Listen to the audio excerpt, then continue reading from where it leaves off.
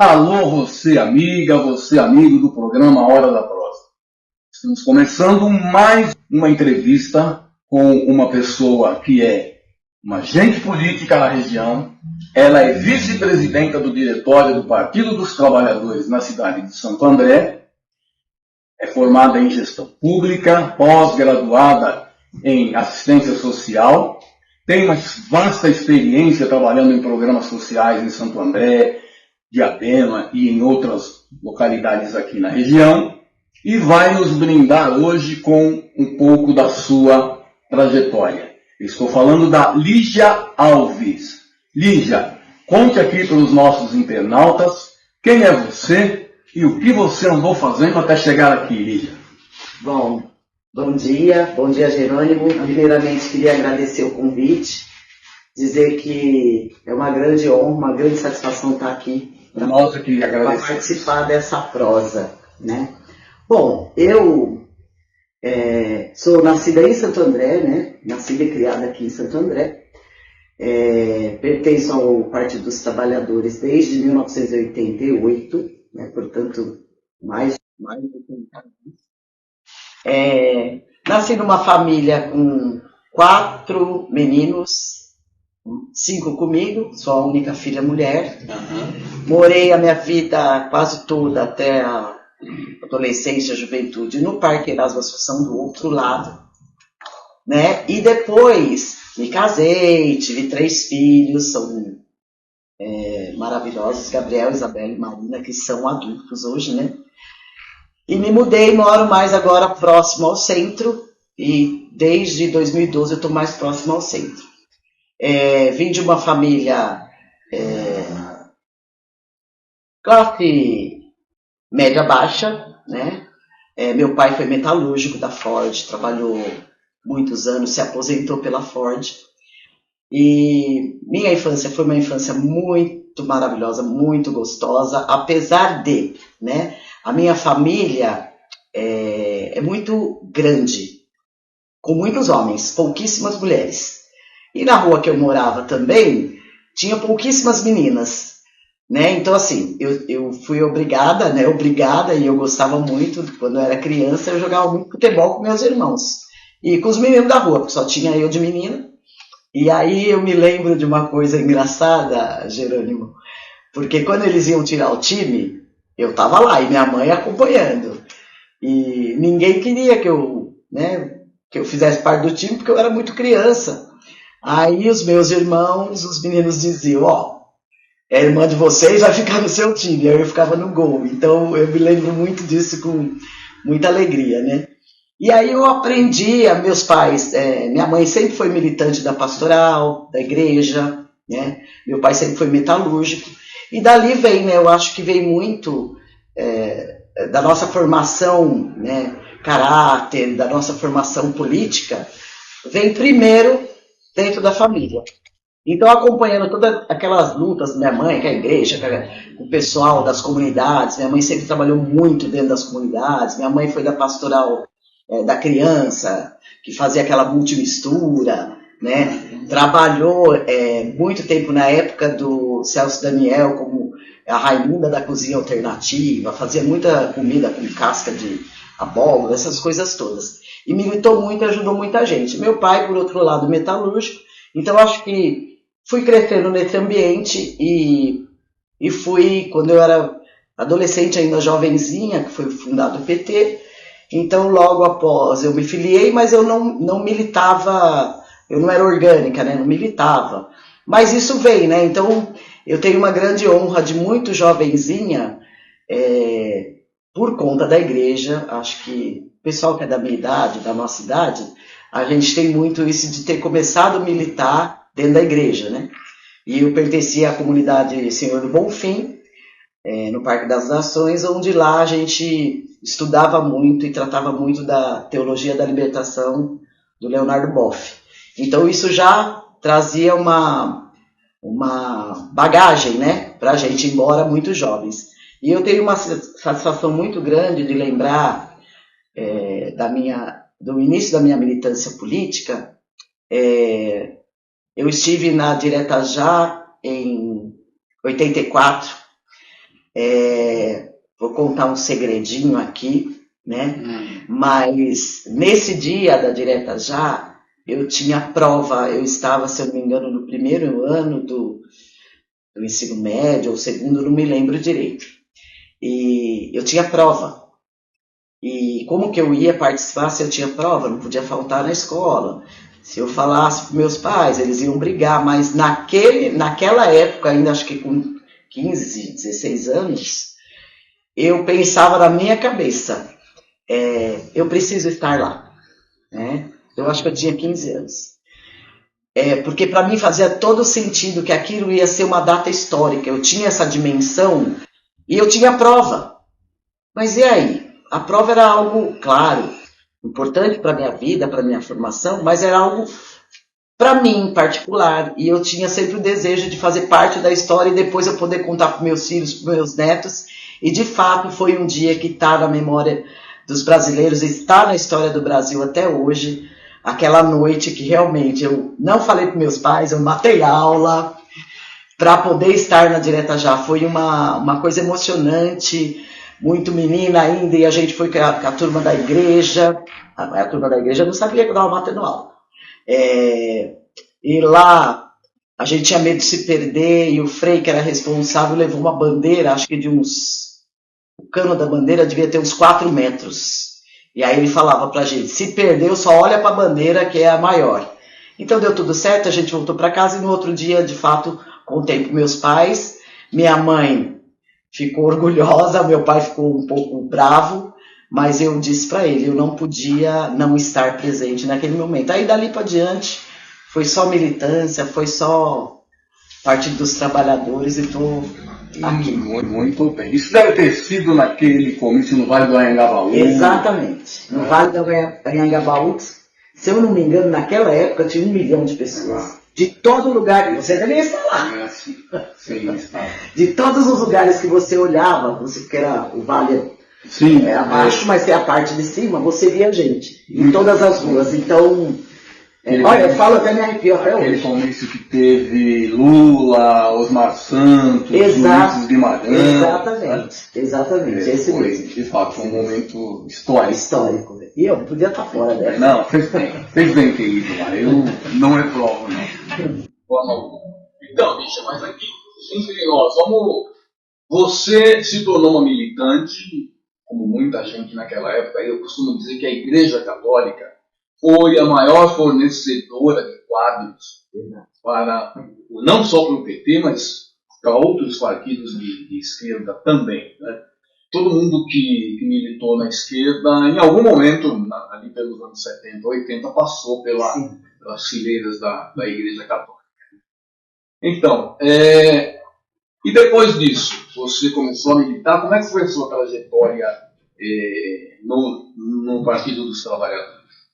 Então, aí eu começo a militar já quando o Celso foi candidato a primeira vez, em 82, se eu não me engano. Eu fazia parte do grupo de adolescentes, não era nem de jovens, da Igreja do Bonfim. E lá na praça da igreja era um palco, né, onde a gente parava o caminhão para fazer comícios. Né? Eu fui em alguns comícios ali com o Celso.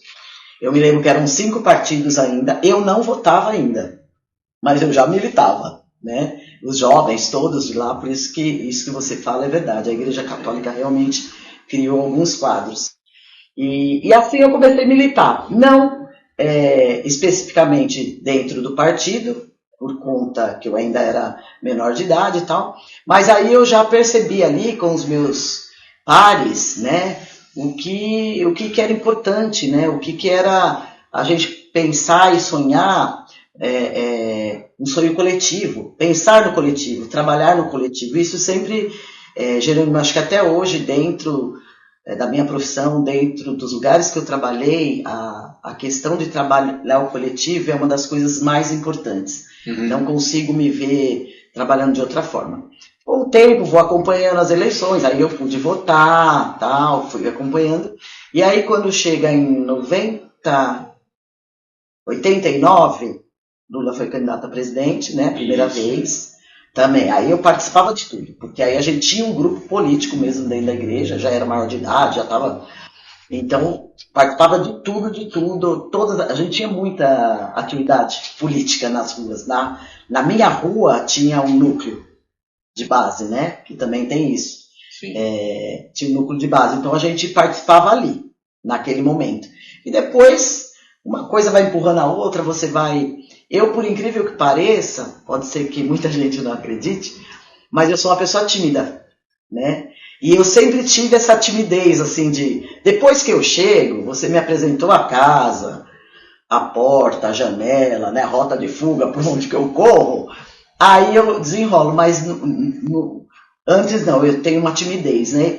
E aí sempre tive essa timidez. Aí, minha mãe sempre participativa nas comunidades, na primeira gestão do Celso, minha mãe... E aí minha mãe me levava. Eu falo que minha mãe é que foi... Eu acho que nessa época eu devia ter 18 anos. Minha mãe me levava, eu participava. Elas tinham lá um grupo da antiga Prosan, de assistentes sociais, psicólogas que militavam muito, né? E minha mãe com esse trabalho fazia trabalhos em várias comunidades. E minha mãe começou a participar de lá. E minha mãe me levava. Então eu comecei a participar, né? Com toda essa minha participação lá atrás... Eu sou sócia fundadora do Feminina, Movimento de Mulheres, né? Aí comecei a militar no Movimento de Mulheres, com Ivete, com Soninha, Silmara e tantas outras companheiras, Arlete, através da minha mãe. E aí tivemos, no primeiro governo do Celso, a primeira assessoria dos direitos da mulher, que a Ivete Garcia era a assessora. Aí dali eu comecei a participar mais politicamente, por dentro da assessoria, não trabalhando, mas as reuniões a gente participava e a gente foi crescendo assim, né, de idade. E a gente foi militando, então todas as ações que tinham na cidade, panelaço, coisa contra a caristia, o movimento de mulheres domésticas, né, a gente sempre dava esse apoio e eu sempre estava nessa onda. Me lembro também do primeiro encontro de mulheres de Santo André, que a gente fez ali na Escola Técnica Júlio de Mesquita, que a gente reuniu mais de 700 mulheres na cidade de Santo André, que também foi um marco histórico, né? Então a gente veio participando, fui, na época que a gente militava, tal, tivemos alguns encontros, a Eco 92, por exemplo, né, que foi no Rio de Janeiro, e eu fui a escolhida do grupo para poder ir até lá, fiquei muito honrada na época, né? E também trabalhava, né? Só que eu tinha que ficar uma semana fora. E aí, entre meu trabalho, que eu necessitava muito, mas é isso que eu falo, é uma coisa que está no sangue da gente. Eu optei por faltar no trabalho uma semana porque eu não podia estar fora dessa história, em 92. E de lá para cá a gente veio conversando com muita gente, militando, e a minha história hoje estou vice-presidenta do PT. Na gestão passada eu fui secretária de organização. Quando eu fui secretária de organização, aí, a primeira vez que eu fiz parte da executiva, nunca tinha feito. E aí eu me apaixonei por ser dirigente. Eu acho que você ser dirigente, você tem uma responsabilidade muito grande com o partido, né? E depois estou até hoje vice-presidente, até julho, que vem o PED, ou setembro, não sei bem, mas estamos finalizando aí nossa gestão. E o que mais me deixa feliz e orgulhosa foi, durante o período que eu fiquei, todas as tarefas que me foram colocadas, eu consegui desenvolver com habilidade, sempre respeitando a militância. Aliás, sempre falo isso, que a militância é o coração, o cérebro e a menina dos olhos de um partido, né? Sem militância, fica sempre as mesmas pessoas, falando para as mesmas pessoas. Então eu tenho muito respeito por toda a militância do Partido dos Trabalhadores de Santo André, tenho um carinho imenso por todos os companheiros e companheiras que eu conheci até hoje, mas a militância é que faz a gente viver, oxigenar isso. E estou muito feliz de entregar meu cargo agora e de ver realmente uma galera mais jovem assumir, porque assim os tempos mudaram. E a gente precisa mesmo que... Porque assim, Jerônimo, vamos e venhamos. Eu amo ser dirigente, eu gosto de estar no PT. Se você olhar lá meu Instagram, minhas redes sociais, tem muita coisa do PT. Amo. Só que vamos ser sinceros. Estamos cansados, né? O tempo passa. O tempo passa, o corpo já não responde mais. Foram tantos, eu conheço a cidade de Santo André de cabo a rabo, de tanto que eu fiz campanha, de tanto que eu atuei nas comunidades, né? Então, conheço morro, sobe morro, desce morro, e sempre com muita alegria. Não vou dizer que eu já não tenho mais esse pique, ainda tenho, mas assim, a gente precisa dar espaço, né? Pro novo. Certamente. A gente precisa, e assim, é o novo de idade? Não, é um novo que nunca fez parte, nunca foi dirigente, que precisa colocar suas ideias, né? As ideias, a gente tem que dar uma palmatória que o mundo mudou, né? Nós estamos em 2025, e em 2010 era uma conjuntura que não é tão distante, mas muito diferente, né? Eu estou assustadíssima com a tecnologia avançando a cada dia. Por quê? Porque a minha época também tinha uma tecnologia que meus pais não compreendiam. Sim. E hoje eu me vejo, eu falava assim, nossa, eu lembro que eu falava para meu pai, mas isso é tão simples. E hoje eu vejo, né, que a tecnologia é avançada, eu com a idade também mais avançada, só para dizer, eu tenho 57 anos, eu percebo que o que eu dizia para o meu pai é que meus filhos pensam de mim hoje. E está tudo bem. Perfeito. Só que a gente precisa... o PT não pode acabar porque nós envelhecemos. Nós precisamos dar espaço. Até porque, eu sempre me lembro disso, quando o PT foi fundado, a grande maioria dos fundadores tinham pela idade de 30 anos, 35, máximo 40, que era assim, que dos 20 e poucos aos 30 e poucos é o ano que você está assim, com várias ideias borbulhando, que você quer fazer. E é isso. Temos que deixar quem quer fazer. E nós vamos continuar dando respaldo. Vamos também, a nossa experiência, a nossa história de vida. Eu hoje trabalho com uma juventude e que assim, eu sou muito respeitada. E assim, quando eu conto algumas histórias, eles param para me ouvir, eles ficam prestando atenção. Nossa, como era legal. Então isso assim, isso não é deixar a história para trás. Nós vivemos, continuaremos vivendo e a nossa história está lá. Perfeito. E ela vai ser contada e ela vai ser reproduzida, só que nos moldes de hoje. Muito bem. Lígia, você dirigente do partido na cidade. Lígia, você dirigente do partido na cidade.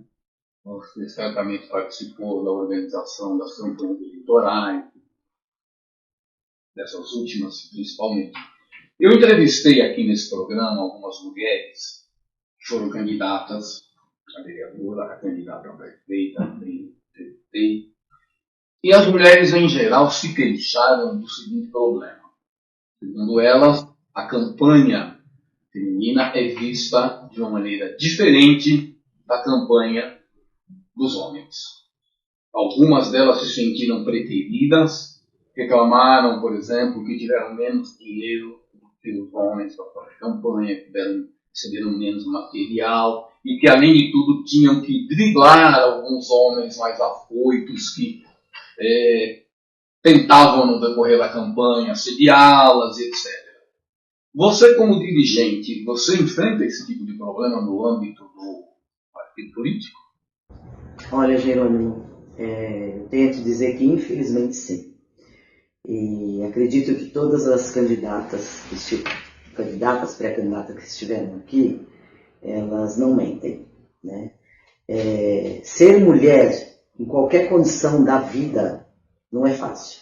Ser mulher dirigente, ser mulher política, agente político, é pior ainda. Porque além de todo o preconceito, a gente sofre essa questão da violência política mesmo, né? Porque assim, nós precisamos das mulheres. Eu vou dar um exemplo. Por exemplo, eu sou dirigente. Aí nós temos que fazer qualquer atividade, seja lá atividade de alguma manifestação, seja lá uma atividade de alguma festa, de uma comemoração, né, do PT, ou de uma festa, uma feijoada, que a gente fez muito isso, né? Até para a gente poder angariar fundos para o partido, a gente decide juntos. Ah, vamos fazer isso. Na hora de fazer, quem está lá? Só as mulheres. Né? Então, na hora de organizar, e não é porque é comida, não. Né? Para organizar, para pôr as cadeiras, para pensar em quem vai deixar o espaço. E assim, a gente trabalha muito. E isso é uma coisa que acho que todas as mulheres sentem, as mulheres não só dirigentes, mas militantes, que é isso. A gente faz o que a gente gosta, né? Muito. A gente gosta de estar ali no meio e tal, mas se você for perceber realmente, e não me ver naquela história, não, porque a mulher tem mais habilidade para isso. A gente também desenvolve atividades que homens, que a gente poderia dizer que são para homens, para nós não tem problema nenhum. A gente sobe em caminhão, a gente faz o que tem que fazer, né? Mas isso que elas falaram é verdade, sim. Eu não posso afirmar com toda certeza, assim, porque eu realmente nunca fiz parte da coordenação financeira de uma campanha. Então eu não posso dizer assim, não, isso foi mais para cá, mais para lá. Só que eu ouço muito e acredito muito nas mulheres. E é muito difícil, a gente vê aí, né? Já há algum tempo, acho que depois da Beth, a gente não elegeu mais nenhuma mulher na Câmara de Santo André, mas a dificuldade está exatamente nisso. De serem preteridas, de fato, de terem menores recursos, né? E menores espaços. Né? Na hora do frigir dos ovos, sempre os homens estão à frente. E tem uma coisa que me intriga, sabe? Eu sou uma mulher feminista que me intriga muito, Jerônimo. Aonde o mundo, aonde foi o cerne de uma situação, de um mundo tão machista, estruturalmente machista, se todos nasceram da gente? Essa coisa é uma coisa que me intriga, porque assim, nós somos Fortaleza, nós somos muito mais, né? Nós é que geramos, nós é que educamos, então aí a culpa sempre vem da mulher, é você que educou, mas isso é história de estrutural lá de trás, mas é uma coisa que... É um histórico, né? Na história da humanidade, isso tem muito a ver com a propriedade privada, a criação da propriedade privada lá nos primórdios da humanidade. Tem tudo a ver com isso, né? Quem é que manda, né? Isso. Quem é que manda, por que manda, quem é o herdeiro, quem vai ficar com o quê. Então, assim, muito antigo mesmo. A estratégia foi muito bem pensada. Eu acho que nem é questão de ter sido pensada, mas foi sendo reproduzida e aprimorada. Né? E aprimorada. Tem muito a ver com as relações humanas entre homem e mulher, os conflitos amorosos, passados principalmente, né? E geraram essa situação de que os homens precisavam se precaver para que as mulheres só tivessem filhos seus, né? Porque tem a questão da herança da propriedade, enfim, e aí isso foi contaminando todas as esferas de atividade humana, né? Verdade. E esse predomínio masculino tem muito a ver com isso. Mas é lamentável, de todo modo é lamentável que em 2025 a gente tenha que ficar discutindo essas coisas e lutando contra esse tipo de problema. E recentemente a gente tem visto na mídia aí que a violência contra a mulher, em vez de diminuir, tem aumentado. Tem aumentado. Apesar de todos os programas sociais, de todas as discussões, congressos, etc., isso tem aumentado. O número de feminicídios, por exemplo, no primeiro trimestre desse ano aumentou. Isso foi um assunto de reportagem na televisão há poucos dias. Nós tivemos agora a vereadora do PT do Rio Grande do Sul, foi assassinada esses dias a facadas. Pois é. E assim, aí é uma violência política mesmo, de gênero. Entende? Sim. Era a única vereadora, sabe assim? Aqui não é lugar dela. Câmara Municipal de Santo André, que aumentou para 27 vereadores nessa legislatura, tem uma mulher. Uma mulher. É lamentável esse tipo de situação. Mas, enfim, Lígia, pode não parecer, mas o nosso O programa já está bem próximo. Olha, ai que bom. Então, antes que eu me esqueça, eu vou te pedir uma coisa que eu sempre peço para todas as pessoas que passam por aqui. Que você deixe uma mensagem da Lígia para os nossos internautas, os nossos telespectadores aí do Hora da Prosa. Como é que você está vendo esse mundo atualmente? Para onde a gente está indo? O que você imagina para a humanidade daqui para frente? Olha, Jerônimo, tá difícil? Não tá fácil. E eu, a cada dia, quando eu me deparo com algumas situações, eu entristeço, eu quero deprimir, mas eu não deprimo. E aí, qual que é o meu modo de não entrar nessa onda de ódio que a gente passou, né, desde o ex-governo lá? Porque assim, reproduziu, as pessoas continuam. Você vê qualquer postagem que você vê, seja fofinha ou não seja, tem sempre um que vem falar algumas coisas muito violentas. E isso é uma coisa que me deixa indignada, me deixa triste.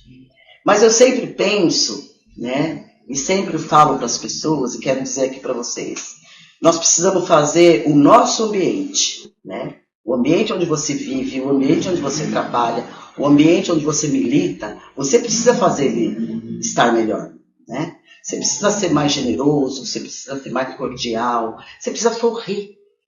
Sorrir para as pessoas, né? Um sorriso, ele cura uma depressão, né? Então, eu penso isso, né? Eu não vou mudar tudo isso que está acontecendo, mas se eu conseguir mudar o local que eu trabalho, os lugares que eu passo, né? Eu acho que eu já estou contribuindo. Então, assim, o trabalho coletivo, que eu já falei no início, que é super importante, respeitar as pessoas, respeitar o que a pessoa tem de melhor. E assim, abraçar e fazer com que aquele mundo que tenha a sua família, que tenha 5 pessoas, que tenha 10, que tenha 100, que tenha 200, ele consiga reproduzir e sabe, replicar isso eu acredito muito nas ondas, né? Então, como aquela pedrinha que você joga na água, né? Então, assim, quando você faz alguma coisa legal, isso também precisa ser reproduzido. A gente precisa parar de reproduzir coisas negativas, coisas ruins. O mundo está aí, a vida da gente é um presente, e aí a gente, desde que a gente acorda e abre o olho, a gente tem só que agradecer. Tem planos no futuro? Você gostaria de disputar algum cargo público? Ou isso passa pela sua cabeça? Olha, Jerônimo, meu plano para o futuro é me aposentar, que não falta muito. Hoje eu estou na assessoria do vereador Clóvis Girardi, que está sendo uma experiência maravilhosa, grandiosa, porque lido com muitos jovens, né? E eu, desde os meus 18 anos, 19, quando eu comecei a militar mesmo, várias vezes me colocaram essa questão de eu me candidatar a um cargo público. Até meus filhos falam isso para mim hoje, né? Mas isso, nunca tive vontade. Eu gosto de trabalhar o bastidor, eu gosto de trabalhar política. Eu gosto de articular, eu gosto de dialogar, eu gosto de pensar estratégias, né? Isso eu acredito que seja o meu perfil. Eu acredito que eu não tenha vocação alguma para disputar cargo público, porque eu gosto do bastidor, né? Eu acho que cargo público é uma exposição muito grande, você tem que ter uma saúde mental em dia, você tem que ter situações muito bem resolvidas, né? Para você enfrentar tudo isso. Então, assim, continuarei militando, continuarei fazendo o meu trabalho de bastidor e sempre colocando a nossa estrela, o nosso PT para frente. O que o partido precisar de mim, eu vou estar à disposição, menos para disputar pública. Muito bem. Lígia Alves, foi um prazer muito grande receber você aqui para essa entrevista. Mande um abraço para o Clóvis Girardi. Clóvis foi um dos primeiros políticos a ser entrevistado aqui no Hora da Prosa. A gente tem acompanhado aí o mandato do Clóvis e, de fato, vocês estão fazendo um belo trabalho na Câmara Municipal. manda lá um abraço para toda a equipe do Gabinete do Clóvis. Mandarei. Muito obrigado por ter vindo aqui. Nosso programa vai ficando por aqui, mas as portas estão abertas. Quando quiser voltar, as câmeras e os microfones da Hora da Prosa estarão à sua disposição. Eu que agradeço, Jerônimo. Muito obrigado por me receber. E foi uma prosa boa, viu? Gostei.